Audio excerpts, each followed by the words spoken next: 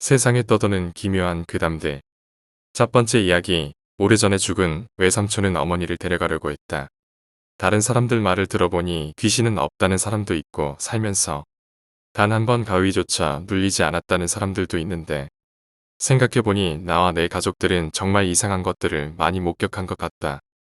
오늘은 술에 절어 살다가 술 때문에 죽고 술에 미친 다른 친척들을 찾아 헤매며 괴롭히던 한 외삼촌의 망령에 대해 얘기해볼까 한다. 20여 년 전 우리 집에서 걸어서 5분 거리에 이모 할머니가 살고 계셨다. 그 집에는 이모 할머니, 큰 외삼촌, 작은 외삼촌, 여조카 남조카 그렇게 살고 있었다. 가까운 곳에 사는 터라 자주 왕래가 있었다. 특히 작은 외삼촌은 술을 좋아하셨던 우리 아버지와 죽이 잘 맞는 편이라 자주 들르곤 하셨다. 1년 365일을 술에 쩔어 살던 작은 외삼촌은 결국 간암이라는 병에 걸리셨고 결국 돌아가시게 되었다. 그냥 그랬다. 워낙 술을 많이 마시던 분이라 어린 내 눈에도 술 때문에 돌아가시게 될 것 같다고 느꼈고 식구들 모두 그렇게 생각했기에 놀랍지는 않았다. 작은 외삼촌이 돌아가시고 한 달이 조금 안 됐을 때였다. 안방에서 주무시던 어머니가 불같이 화를 내시더니 이모 할머니 댁으로 뛰어가셨다. 아버지와 나는 무슨 일인지 모른 채 어머니를 따라갔고 어머니는 이모 할머니 댁에 가자마자 역정을 내셨다. 그리고 이모 할머니께 화를 내며 따지셨다. 뭐 때문에 열이가 내보고 자꾸 가자고 하는 거야? 당황한 이모 할머니가 어머니께 되물었다. 그게 뭔 소리고? 열이가 맨날 며칠을 밤마다 찾아와서 누나 같이 가요 하면서 매일 찾아온다 말이야. 저희 식구들 다 놔두고 왜 나보고 가자고 하는 거야? 이모 할머니는 말씀이 없으셨다. 이모가 절에 제사를 올리던 곳을 하던 열이 데리고 가세요. 그 말을 남기고 우리는 집으로 돌아와 버렸고 한동안 이모 할머니 댁에 발길을 끊었다. 그 후 죽은 삼촌은 몇 번 더 어머니를 찾아와 데리고 가려고 했지만 어머니께서 칼로 쑤셔 죽여버릴 거라고 죽은 삼촌에게 욕을 하며 쫓아보냈다고 하셨다. 그렇게 조용히 지내나 싶었다. 며칠 후 다른 동네에 살던 친척 집에 일이 생겨버렸다. 그 집에도 술을 달고 살던 친척이 있었는데 그 집 조카에게 문제가 생겨버렸다. 그 인간도 워낙 술에 쩔어 평소에 망나니 짓을 해서 평판이 좋지 않은 사람이었지만 그 행실이 사람의 도를 넘어서 버렸다는 것이다.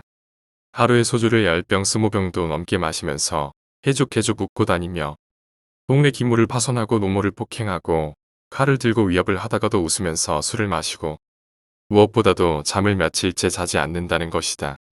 외갓집에 변변찮은 남자들이 없어 이모 할머니 댁 큰 외삼촌과 우리 아버지가 다리 뭉둥이를 분질러 놓으려고 찾아갔었단다. 그때까지도 술을 물처럼 마시면서 킬킬거리면서 웃고 있었단다. 큰 외삼촌이 그 집에 도착하자 조카는 외삼촌에게 형님 어서 오세요. 들읍시다. 가서 한잔 합시다. 하면서 웃으면서 손목을 잡아 끌더란다. 집안에 들어가 보니 집안꼴은 난장판이고 술병이 여기저기 굴러다니고 있었다고 했다. 그 모습에 눈이 돌아버린 큰 외삼촌은 굴러다니는 거 잡히는 대로 조카를 패버렸다고 했다. 조카는 피할 생각도 안 했다고 한다. 눈이 붓고 코에서 피가 철철 나는데도 킬킬거리며 웃었다고 한다. 섬찟한 그 모습에 뭔가 잘못된 걸 깨달은 아버지가 큰 외삼촌을 말리고 진정시키며 일단 앉아서 말로 하자고 큰 외삼촌을 앉혔지만 그 조카가 왜 덧쳐보지? 그래 때려서 죽겠나? 더 해봐라. 하면서 조롱을 하더란다. 그 말에 열받은 큰 외삼촌은 또 조카를 패려고 눈을 부라리고 달려들었다. 그때 그 조카가 웃음을 멈추고 싸늘한 표정으로 말했다고 한다. 형님 내가 누군 줄 알고 이리 때리는 거요? 멈칫한 큰 외삼촌이 물었다. 내가 누군데? 벌써 내 목소리도 까먹었어요. 내 열이요. 죽은 작은 외삼촌이었다. 분명 목소리도 바뀌었다고 했다. 내가 장가도 못 가고 사람 행실도 못하고 형님 집에 얹혀 산다고 그리 괄시를 하더만. 미안하다고는 못할망정 사람을 이리 개 잡듯이 패나? 하며 웃더란다. 우리 아버지가 스스로를 작은 외삼촌이라 말하는 조카에게 물었다. 죽었으면 죽었지. 왜 산 사람들을 못 살게 구냐? 네 얼마 전에는 네 누이 보고 같이 가작하면서 끌고 가려고 했다며? 조카는 싸늘한 표정으로 말했다. 누이가 내 갈 때마다 또 술 처먹고 왔냐고 눈치 줬잖아. 너희들 내 사람 구실 못하고 맨날 술이나 처먹는다고 욕한 거 내가 모를 것 같아. 내보고 뒤에서 욕한 것들 내가 다 괴롭힐 거야. 뒤질 때까지 술 먹여서 죽여버릴 거야. 아버지와 그 삼촌은 도망치듯 친척집을 빠져나왔다. 그 후 그 조카는 정신병원과 교회, 굿당을 전전하다가 죽었다고 한다. 사인은 알코올에 의한 간암이었다. 한참 후의 일이지만 흠의 삼촌은 간경화로 돌아가셨고 우리 아버지도 간경화에서 간암이 되어 돌아가셨다. 어제 새벽이었다. 일이 늦게 끝나 김연아 경기를 보며 한잔 마시고 있는데 어머니가 나를 부르셨다. 왜 부르냐고 그러니 우리 개는 어딨냐고 물으셨다. 개는 내 머리맡에서 자고 있었고 그렇다고 말씀드리니 뭐라고 중얼거리시더니 소금과 고춧가루 한 주먹 쥐고 대문 밖에 흩어버리시더니 다시 주무셨다. 아침 먹을 때 새벽에 왜 그랬냐고 물어보니 꿈에 죽은 년이 삼촌이랑 웬 20살 전후의 계집애 몇이서 대학스럽게 웃으며 어머니를 끌고 가려고 쫓아왔다며 옛날 얘기를 해주셨다. 나는 김연아 경기 보고 잠들어서 돌아가신 아버지가 꿈에 나타나셨다. 아무래도 이사를 가야 할 것 같다. 두 번째 이야기. 돈 많은 손님. 비릿하고 구린내가 나는 개 같은 영감탱이. 저 영감탱이. 어디선가 많이 본 듯한 얼굴인데 기억이 나질 않는다. 병원에서 한잠 푹 자고 왔다고 생각했는데 힘을 워낙 많이 뺏겨서인지 아직도 정신이 몽롱하다. 마음 같아서는 돈이고 뭐고 다 때려치우고 한숨 들어지게 자고 일어났으면 좋으련만. 들어오는 모습부터 거드름이 줄줄 흐르는 저 영감 왠지 돈이 될 것 같다. 분명 알고 있는 것임에도 불구하고 답이 떠오르지 않아 머리를 쥐어짜고 있는 수험생 마냥 머리가 지끈거려 오기 시작했다. 다시 한번 영감을 관찰한다. 죽은 사람임에도 불구하고 얼굴에 개기름이 줄줄 흐르는 것이 먹고 살 만한 사람이었던 것 같구만. 도대체 무슨 원한이 있는 건지. 나는 주머니를 뒤져 담배를 찾는다. 담배가 다 떨어졌다. 어디 비상용 담배가 있을 텐데 생각이 나질 않는다. 우선 급한 마음에 테이블 위에 놓인 잿더리에서 피우다만 장초를 하나 뽑아 들고 대충 필터에 묻은 담뱃재를 털어내고 불을 붙여 입에 문다. 그 사이 다중이는 스스로 몸이 달았는지 여기저기 비상용 담배를 찾느라고 분주하다. 담배를 한 모금 빨아당기자 머리가 핑 도는 것이 멍해진다. 인형이 무리하게 내 힘을 뽑아 쓴 후유증이다. 담배를 다 태울 동안 나나 저 영감이나 서로를 관찰할 뿐 아무런 대화가 없다. 나야 돈 때문이라지만 아마 저 늙은이는 내가 과연 영감의 부탁을 잘 들어줄 수 있는 사람인가에 대한 의심으로 계산기를 튕기고 있을 것이 분명하다. 근데 왜 이렇게 찝찝한 마음이 가시질 않는 거지? 담배가 더 필요하다. 잿더리에는 더 이상 피울 만한 장초가 남아있지 않다. 담배. 눈으로 있을 만한 곳을 찾다 다중이와 눈이 마주친다. 다중이는 기다렸다는 듯이 소파 틈 사이를 손가락으로 가리킨다. 오, 여기 있었군. 이럴 땐 쓸모 있는 녀석이다. 나는 손가락을 소파 틈으로 깊숙이 집어넣어 담뱃갑을 꺼낸다. 이런데 숨어 있다니. 구겨진 담뱃갑에서 담배를 하나 꺼내 불을 붙인다. 아, 이 맛이야. 내가 품어대는 담배 연기에 영감탱이가 군침을 삼키며 안절부절 못한다. 피우고 싶겠지. 나는 담배 연기를 깊이 목구멍으로 넘기며 영감의 행색을 다시 한번 후려내린다. 대머리가 살짝 벗겨진 기름이 번지르르한 희멀건 얼굴에 늘어진 심술보. 번드르르하게 차려입은 고급스러운 정장. 살아생전 얼마나 기름진 것을 즐겼을지. 한눈을 보아도 알아볼 법하게 과할 만큼 튀어나온 백고랑하며 게다가 나이를 무색하게 하는 마디 하나 없이 매끈하고 부드러워 보이는 손. 고생이라고는 모르고 살아온 사람임에 분명했다. 하지만 예사로워 보이지 않는 저 영감의 눈빛. 자신을 철저히 숨기며 속내를 좀처럼 드러내지 않는 저 눈빛. 평온함을 가장한 저 눈빛에서 비열함과 잔인함이 묻어난다. 타들어간 담배를 잿더리에 비벼 끄고 이 영감과의 본론을 들어가기에 앞서 담배를 다시 물고 불을 붙인다. 벽에 붙은 시계를 보니 벌써 30여 분이 흘렀다. 서로를 관찰할 만큼 관찰했으니 본론으로 들어가야 한다. 반쯤 열린 블라인드 틈으로 석양빛에 붉게 들이친다. 더 이상의 침묵이 무의미함을 느꼈는지 드디어 영감이 먼저 입을 열었다. 나처럼 대단한 사람이 무슨 일로 왔는지 궁금하지 않나? 대단한? 얼굴은 낯이 익는데 좀처럼 떠오르지 않는군요. 영감은 자신을 어찌 알아보지 못할 수 있냐는 듯 날 한심하게 바라보며 혀를 끌끌 찬다. 찌쨋 텔레비전도 안 보나? 요즘 골빈 것들은 주야장천 연예 프로나 드라마 같은 것만 보는지. 자네는 뉴스도 안 보나? 예전에는 봤죠.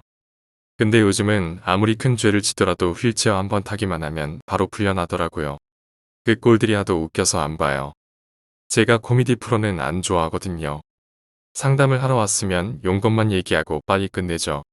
이 거들먹거리는 시츄에이션은 뭐란 말인가. 자신 외의 사람들은 아래것 취급을 하는 것을 보니 꽤나 유명하고 권력을 휘둘러 본 사람인 것 같지만 나에게는 안 통하지. 제깟 것이 여기 아니면 상담을 해줄 곳이 제대로 있는 줄 알아. 돈만 아니라면 당장이라도 테이블이라도 엎어버리고 싶은 마음이 굴뚝 같지만 그래 참아야지. 근데 이 영감탱이를 접할수록 점점 더 적개심이 사라지지 않는다. 이 구릿구릿한 느낌.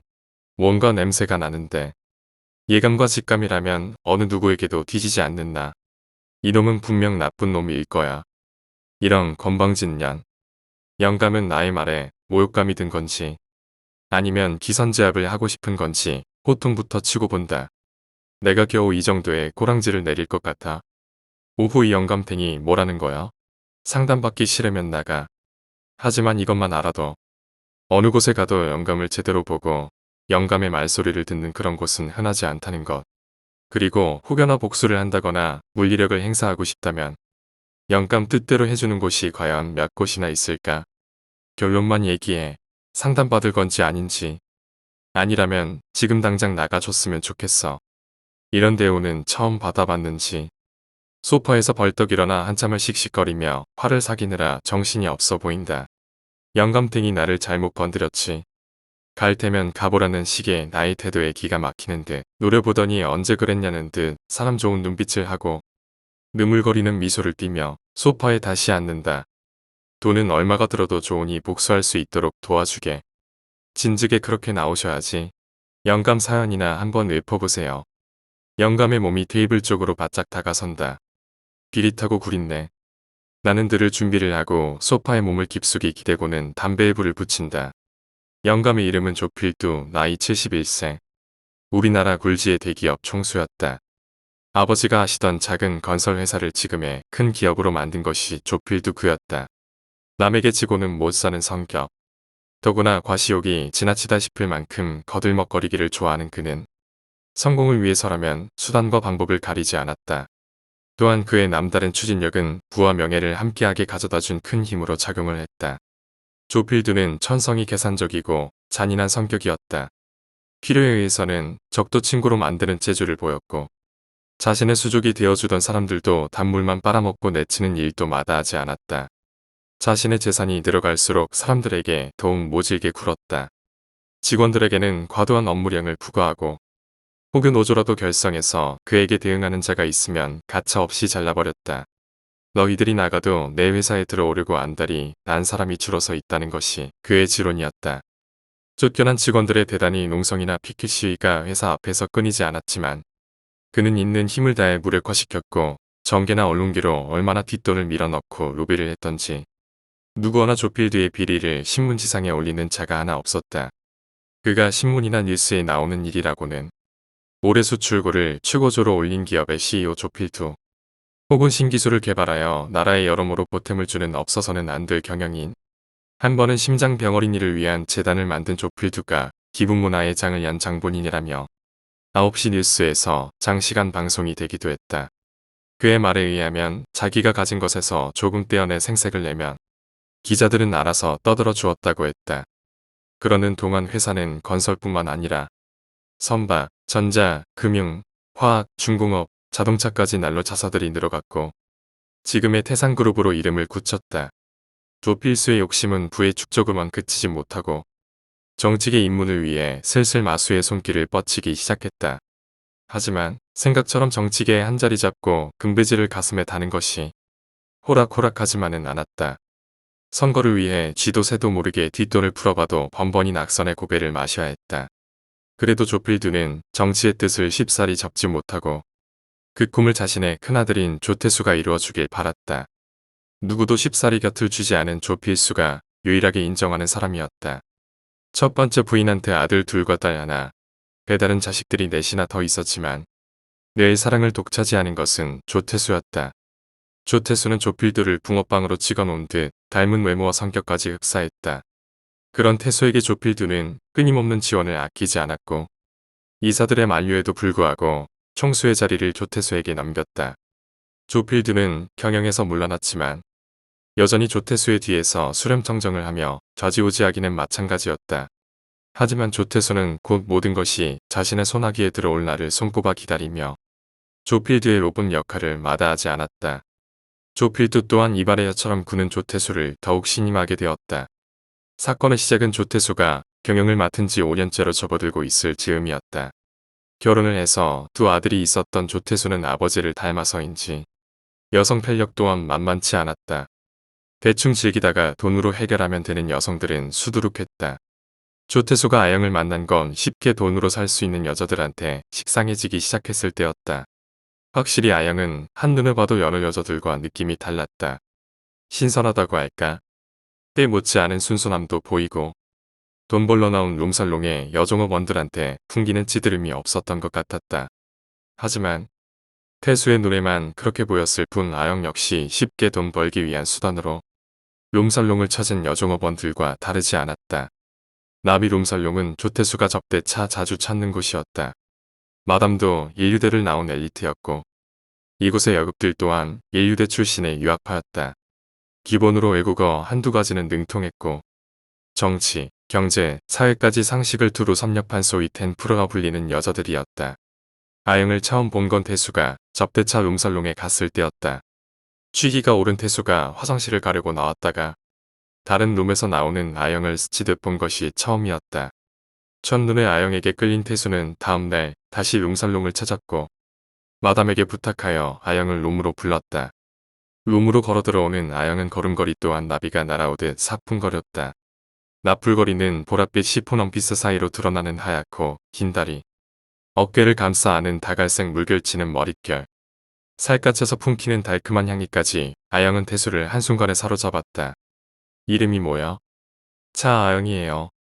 이쪽 일은 처음인가? 예. 학교 다니다가 휴학했어요. 왜? 형평이 어려운가? 아니요. 잠시 쉬고 싶었을 뿐이에요. 근데 쉬다 보니 심심해서 하는 언니 소개로 일하게 됐어요. 태수는 아영의 당당함에 더욱 끌렸다. 어쩐지 이런 데서 일할 것처럼 안 보였어. 가끔 나와 술 친구 해줄 수 있나? 내가 팁은 넉넉히 챙겨주시. 글쎄요.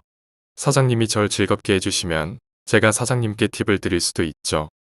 아영의 꾸밈없이 당차고 스스럼 없이 내뱉는 말투에 조태수는 하루라도 빨리 자신의 손아귀에 넣고 싶었다. 하지만 아영의 순수해 보이는 얼굴 뒤로 계산된 철저함이 있을 줄은 태수도 알아차리지 못했다. 그렇게 태수는 아영에게 점점 빠져들었고 빠져들면 빠져들수록 아영과 특별한 관계를 만들기 위해 물밑 작업을 했다.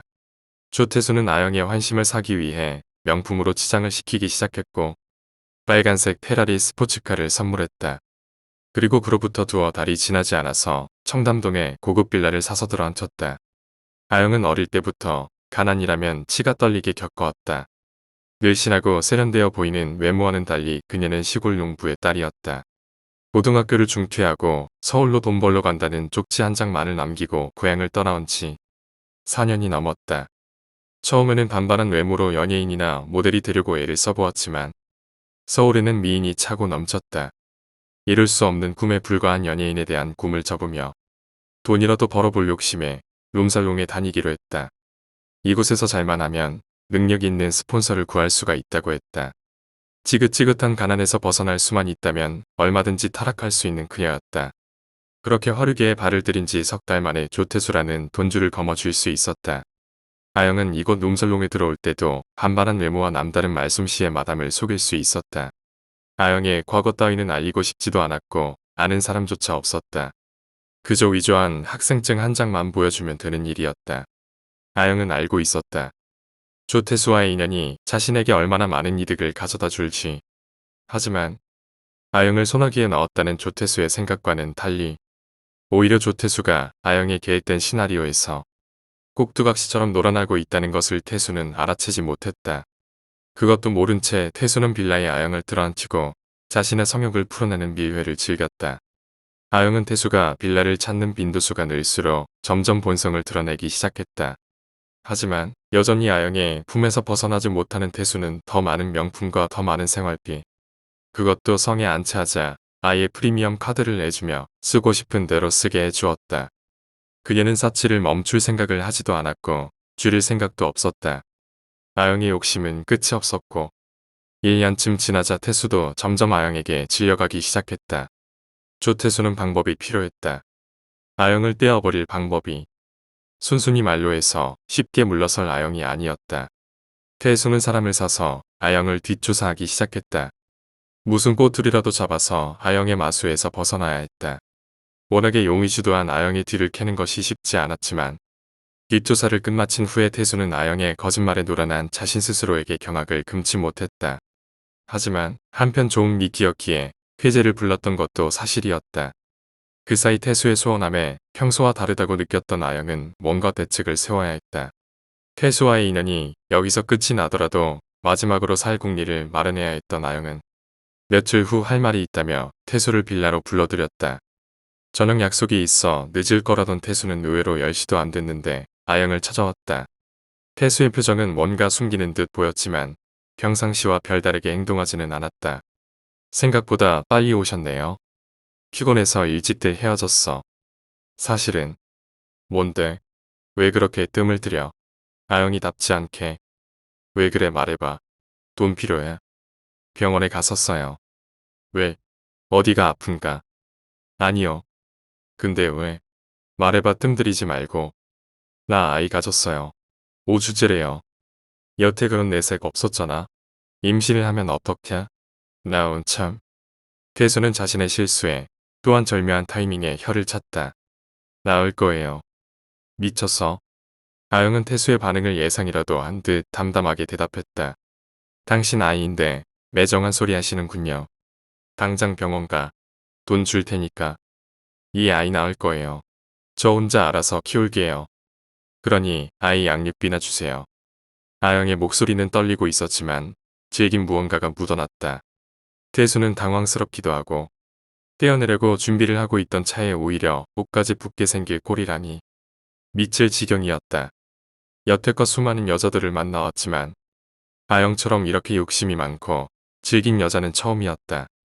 태수는 이 상황을 벗어나기 위해 방도가 필요했다. 그동안 내가 너에게 쓴 돈이 얼마인 줄이나 알아? 그건 저한테 쓰신 거죠. 우리 아이에게 쓴 것은 하나도 없잖아요. 아이지요. 그러면 이 집 내 명의로 당장 바꿔주시. 태수의 말에 아영은 기가 차다는 듯 코웃음을 치며 얼굴색을 바꿨다. 아영의 얼굴에는 탐욕스러움만 남았을 뿐 처음의 순수함이라곤 찾아볼 수 없었다. 아니, 어쩌면 처음부터 그녀에게 순수함이란 없었을지도 모른다. 저와 거래를 하자는 건가요? 그럼 집만 갖고는 부족하죠. 당신 만나서 내 인생 종쳤는데 내가 살아갈 궁리는 해주셔야죠. 아주 미쳤군. 난 이 아이 꼭 낳아야겠어요.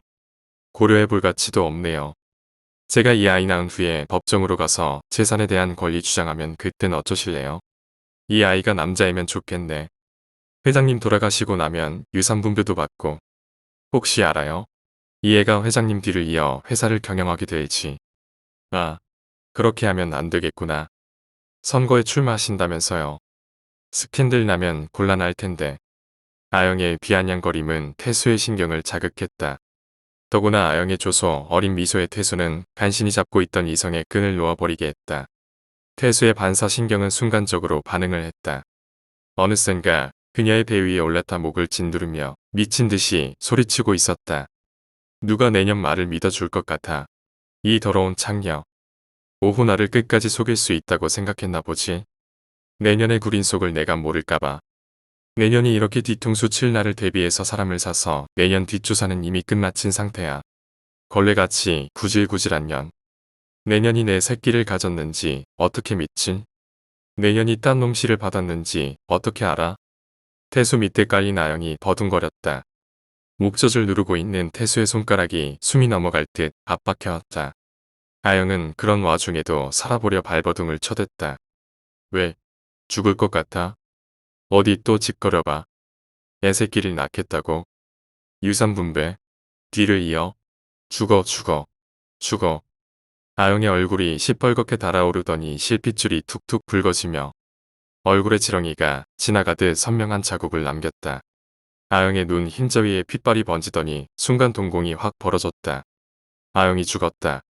쇠를 긁는 듯 아영의 목구멍을 타고 오르던 꺽꺽대는 소리가 멈추자 그제야 태수가 정신을 차렸다.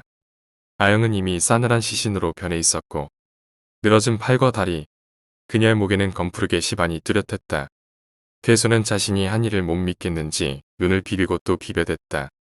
등에서는 식은땀이 흘렀고 상황 모면을 하기 위한 방책이 떠오르지 않았다. 태수는 시간이 흘러갈수록 정신을 더욱 차릴 수가 없었다.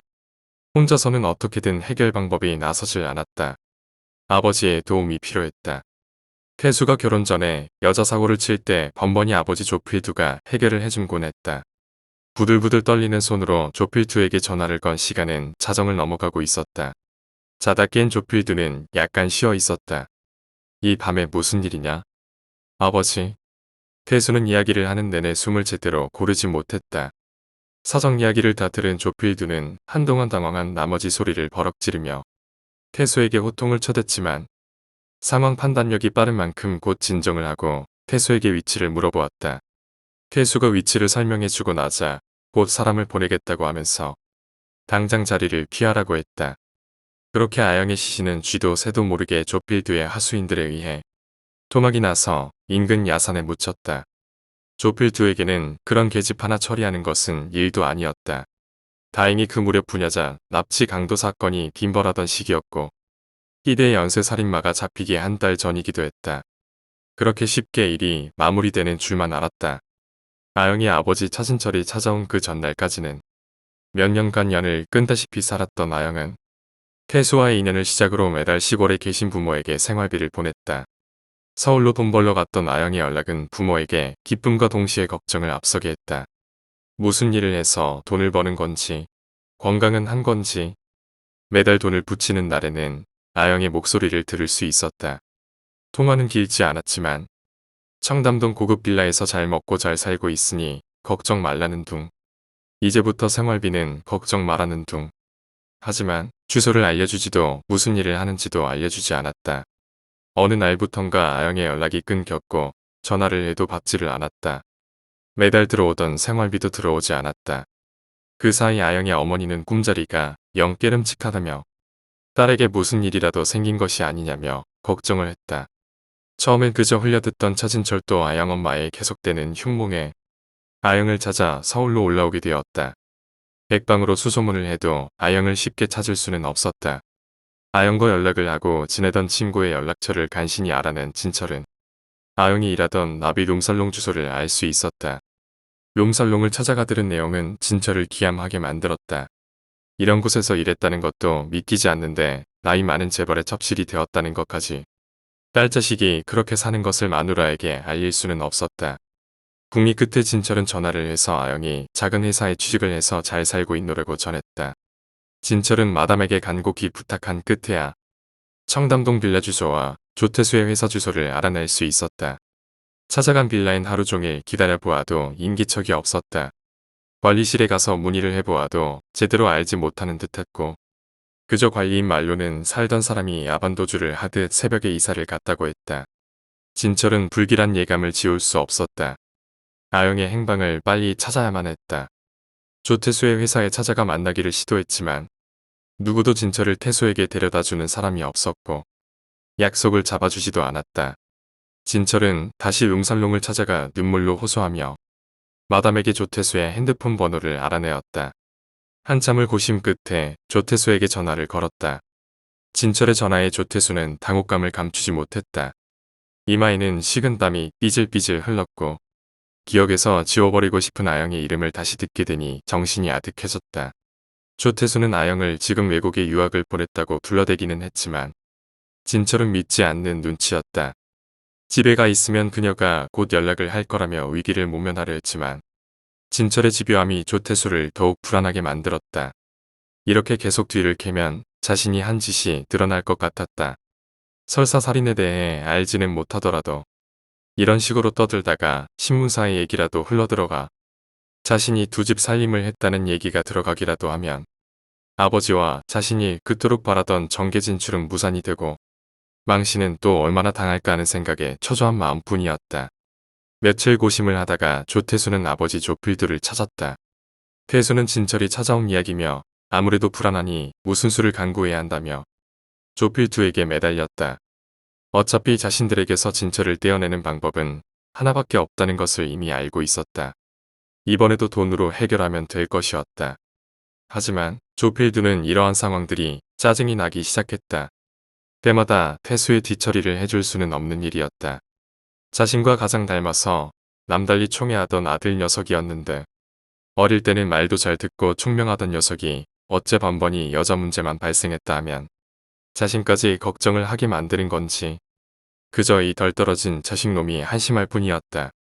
이번이 진짜 마지막이라며 소리를 질러 태수를 쫓아보내고 조필드는 아영의 시체를 처리해 주었던 놈에게 전화를 걸었지만 전화를 받지 않았다. 부재중 전화가 와 있는 것을 보면 곧 연락을 할 것이다. 돈맛을 아는 그는 조필드의 골칫거리를 깨끗이 처리할 것이다. 급작스레 스트레스 때문인지 흉통이 엄습했다. 조필드는 재빨리 서랍을 뒤져 상비하고 있던 심장약을 한 알 털어넣고는 침을 꿀꺽 삼켰다. 두 방망이 치며 조여오는 심장의 압박이 좀처럼 가셔지지 않았다. 바로 핸드폰이 울렸지만 조필두가 기다리던 전화는 아니었다. 모르는 번호, 이 전화번호를 아는 사람은 몇 되지 않았기에 혹시나 하고 전화를 받았다. 회장님이십니까? 귀에 익지 않은 남자 목소리. 하지만 순간적으로 찾은 철임을 감지할 수 있었다. 나요. 그런데 누구신데 나를 찾나? 씩씩거리는 숨소리와 수화기 너머로 진철의 흥분된 목소리가 쏟아져 나왔다. 당신 아들이 내 딸을 빼돌렸어. 그거 알아? 외국으로 나간 흔적도 없다는데 그 애가 사라졌어. 당신 아들이 국회의원에 출마한다고? 웃기지 마. 내가 방송국에 가서 다 까발릴 거야. 오늘 중으로 내 딸을 돌려주던지 아니면 텔레비전에서 당신 아들을 보게 되던지. 차진철의 호통 소리에 두통까지 밀려왔다. 당신 무슨 소리를 짓거리는 거야? 이보셔.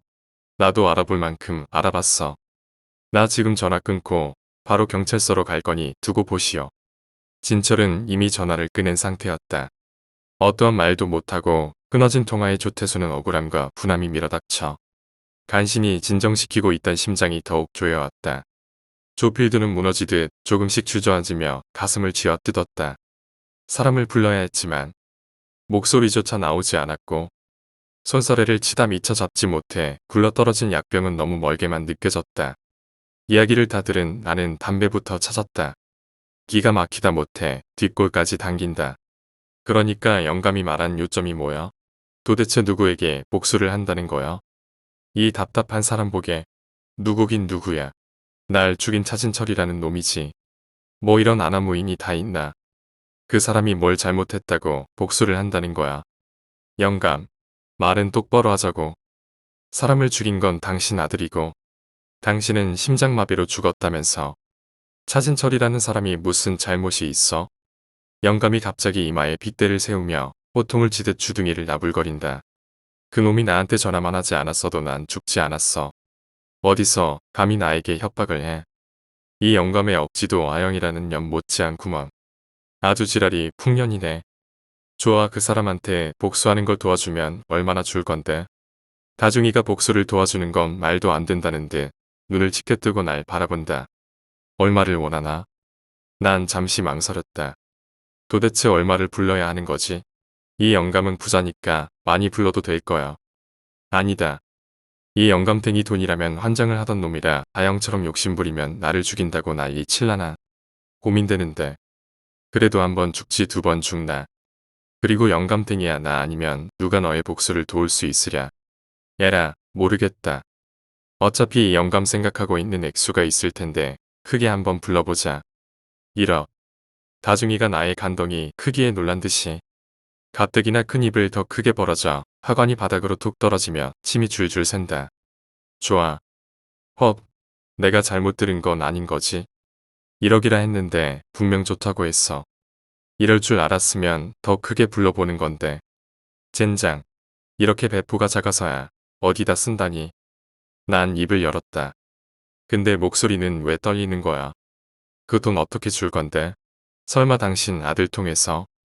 영감이 기분 나쁘게 누런 이빨을 드러내고 웃는다. 설마 내 돈 떼먹지는 않겠지? 영감, 한 가지 먼저 말해두시. 선불 아니면 일 안 해 오케이. 끝까지 싸가지 없게 구는 연희군. 좋아 지금 당장이라도 돈을 만지게 해주지. 이건 꿈이 아니야. 그렇지. 다중아, 우리 로또 맞았다. 다중이는 내가 파렴치한 같은 영감탱이의 복수를 도와준다는 것과 1억이라는 돈을 벌게 됐다는 것이 믿기지가 않는 듯. 울지도 못하고 웃지도 못하고 어안이 벙벙해 있다. 내 아들에게 전화를 해서 내 집에서 보자고 하게. 내 방 침대를 드러내면 금고가 하나 있을 거야. 비밀번호는 0104. 내 큰 아들 놈 생일이야. 모두 오른쪽으로 돌려서 열면 되지. 그 안에 있는 돈은 내 비자금이어서. 아들 놈도 알지 못하지. 아가씨가 내 비자금 담당이었다고 하면서 그 대가로 1억을 요구하게. 그리 큰 돈이 아니니까 그놈 역시 수긍할 거야. 지금 해보게. 뭐니 뭐니 해도 머니가 최곤데. 비자금이면 현찰일 텐데. 1억의 무게는 얼마나 나갈까? 1억이 생기면 우선 밀린 고지서들부터 처리하고 쌀부터 사야지. 차도 바꿀까? 아니야. 아직 10년은 더 타도 돼. 우와 용자금 다 갚아버려야지. 우돈. 사랑스러운 머니여. 흥분을 가라앉히고 조필두가 불러주는 대로 수화기를 들고 버튼을 눌렀다. 신호가 가는 동안에도 나는 흥분과 갈등이 교차했다. 조필두. 조태수. 살인마들. 과연 도와야 하는 건가? 태수가 귀찮은 듯 전화를 받는다. 여보세요. 조태수 씨 맞습니까? 당신 누구야? 나는 당신 아버지 비자금을 관리하던 사람인데 그 액수가 만만치 않아서 말이야. 내가 당신에게 그 돈을 찾아주면 당신은 나에게 무엇을 해줄 수 있나? 무슨 헛소리야. 아버지 돌아가신 지가 언젠데. 그리고 내가 아버지 비자금을 모를 리 없어. 당신도 모르는 돈인데. 수수료로 1억만 떼어준다면 내가 곧 찾아주지. 처음과 달리 태수의 시큰둥했던 목소리가 금세 반색의 기미를 보이는 듯하다.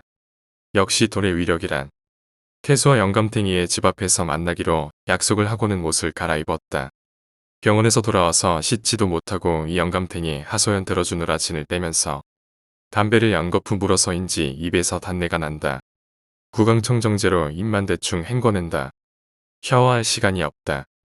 1억이라는 돌을 빨리 만져보고 싶었고 저 영감탱이 성화에 불이 나게 옷을 갈아입어야 했다. 최대한 빈티 안 나는 걸로 입어야 하는데 뭘 입나? 돈 받으면 옷부터 사 입어야겠다. 깃바랜 청바지와 그나마 좀 덜 구겨지면 티 한 장을 걸치고 다중이를 불렀다. 다중이는 아직 충격이 가시지 않은 건지 여전히 구석에 쪼그리고 앉아 넋을 놓고 있다. 다중아, 나랑 같이 나가. 너 그렇게 안 봤는데 정말 넌 돈벌레야. 돈벌레 소리는 어제도 너한테 들었거든. 잔말 말고 따라 나와. 무슨 붕붕이내는 식으로 등을 팽하고 돌려 꿈쩍도 않는 다중이를 보고 있자니. 슬슬 짜증이 밀려왔지만 다중이의 심정을 충분히 이해하기 때문에 화를 참기로 했다. 다중아, 너 바깥 구경한 지도 오래됐잖아. 나랑 같이 가자. 응? 내가 필요해. 화를 내지 않고 부드럽게 얘기를 하니 나의 속내를 그제야 알았는지 다중이 꾸무럭거리며 영감탱이를 슬쩍 째려보더니 따라 나선다. 다중아, 돈 때문에 무골충들을 돕는 나 자신이 나도 싫어. 하지만 어떻게 해. 너는 몰라도 난 먹어야 살잖아. 무골충이라는 말에 영감탱이가 날 노려봤지만 신경 쓰지 않는다. 노려봐야 제 눈깔만 아프지 힘도 없는 영감탱이. 조태수는 나의 행색을 보자마자 믿지 못한다는 듯 경계를 보였지만 영감탱이의 비자금을 눈으로 확인하자 태도는 달라졌다. 조태수와 마찬가지로 놀라기는 나도 매한가지였다. 침대 밑에 냉장고만한 금굴 아니 누가 상상이나 했겠는가. 침대를 낑낑거리고 밀어내자 바닥에 금고가 박혀 있었다. 처음부터 시공할 때 금고를 넣고 바닥을 마감한 듯 보였다. 조태수는 내가 불러주는 대로 다이얼을 돌려 금고를 열었다. 딸깍 소리를 내며 금고에 굳게 닫힌 문이 입을 벌리는 순간 내 입 또한 다물어지질 않는다. 나 기절할 것 같아. 저 많은 돈 좀 봐. 세상에 저렇게 많은 돈들을 본 적이 있어? 돈을 보자마자 태수의 눈이 빛이 나더니 놈은 날 급하게 쫓아버릴 생각인 건지 준비해온 가방에 돈을 퍼 담느라 정신이 없더니 한가득 채워지자 나에게 가방을 건넨다. 그동안 수고했네. 넉넉히 담았네. 난 할 일이 좀 있으니 빨리 자리를 비켜줬으면 좋겠네. 참 그리고 알겠지만 오늘 일은 비밀인 거 알고 있겠지. 저런 싹퉁 바가지. 어쩜 지 아비랑 말투까지 쏙 빼어 닮았는지. 뭐 어때? 돈인데 정말 세어보지 않아도 될까? 1억이 안 되는 거 아닐까? 아니야. 넉넉히 넣었다니까 1억이 넘을지도 몰라. 100만원짜리 다발이 100개라. 100개는 넘어 보였지 아마. 나 역시 서둘러 그 집을 나왔다. 대문 앞에 주차해 놓은 차에 타자 밤이 깊어가는데도 여전히 후끈거린다. 열대야다. 이 지랄 같은 여름은 언제 끝이 나는 건지. 다중아, 워펴. 귀신을 업고 있어야 덥지가 않지. 하하. 난 부자야. 다중이가 말없이 내 등에 엎인다. 어깨가 시려오기는 하지만 더위에 비하면 참을 만하다. 1억이라는 돈을 어떻게 써야 할지. 5만 가지 공상이 피어오른다. 뭐부터 해야 할까? 지름신을 한번 내려줘. 노래가 나올 듯이 입이 저절로 실룩거린다. 행복하다. 귓덜미가 서늘해져 고개를 돌렸다. 영감은 나와 눈이 마주치자 기다렸다는 듯이 소리를 질러댔다. 지금 뭐하는 겐가? 돈을 받았으면 빨리 일을 마쳐야 할 거 아닌가? 그랬군. 내가 돈을 받은 건 저 영감탱이의 복수를 도와주기 위함이었지. 젠장. 날아갈 듯한 기분은 어느새 저만치 밀려나고 가슴 한편이 부글부글 끓어오르더니 뜨거운 뭉치가 치밀어 올랐다. 저 비자금도 열심히 일하는 사람들 쥐어짜서 만든 돈일 텐데 정말 피를 짜듯 만들어진 돈. 관두자. 어차피 이런 놈들이야 계속 이런 식으로 살 것이고 나 혼자 고고한 척 해봐야 무슨 소용이 있을까. 영감. 그럼 차진철이라는 사람 지금 어디에 있는지 알아? 영감은 째진 눈으로 날 어이없다는 듯이 바라본다. 이런 젠장. 이 영감탱이 어디 있는지 모르는가 보네. 어째 쉽고 빠르게 끝난다 했다. 그래. 이왕 여기까지 온 거 빨리 끝내고 빨리 쉬자. 내가 다시 차에서 내려 대문 앞에 서자. 다중이와 영감이 무슨 짓을 하려는 거냐고 따지듯이 날 노려봤다. 저 영감 눈 좀 보라지. 앞귀인 다중이와 완전히 한 세트네. 난 그 둘의 따가운 시선을 무시하고 벨을 눌렀다. 대답이 없어 다시 벨을 누르자 잠시 후 퇴솔한 놈의 목소리가 들린다. 한 가지 더 드릴 게 있어요. 아마 기뻐하실 겁니다. 역시나 생각대로 바로 대문이 열린다. 밥이란 놈도 탐욕덩어리. 자식이란 놈도 탐욕덩어리. 죽은 년도 탐욕덩어리. 난 정말 탐욕스러운 것들이 이 세상에서 제일 싫다. 정원을 들어서니 조태소란 놈이 빨간 혀로 입술을 죽이며 현관문을 열고 날 기다리고 있다. 긴장되기도 하겠지. 생각지도 못했던 그 많은 비자금을 챙겼는데 기뻐할 만한 무언가를 또 준다 하니 얼마나 긴장이 되겠는가. 우선 거실로 가서 좀 앉도록 하죠. 집안에 사람들이 없는 것은 확실한 거죠.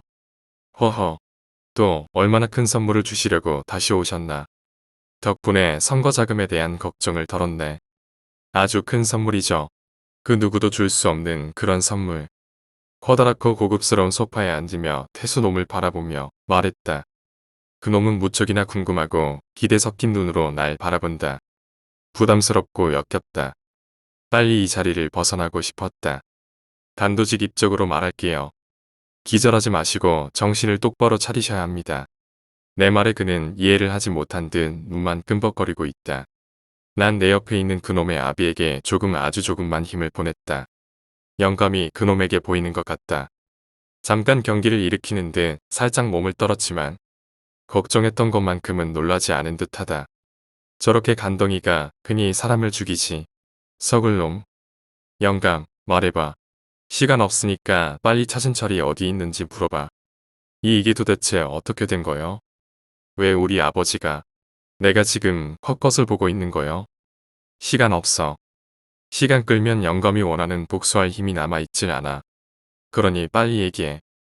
물론 영감의 복수는 시간을 따지지 않고 할 수가 있다. 하지만 이곳에서 이 불쾌한 부자와 오랜 시간을 하고 싶지 않아서 거짓말을 했다. 내가 거짓말을 한들 어찌 알겠어?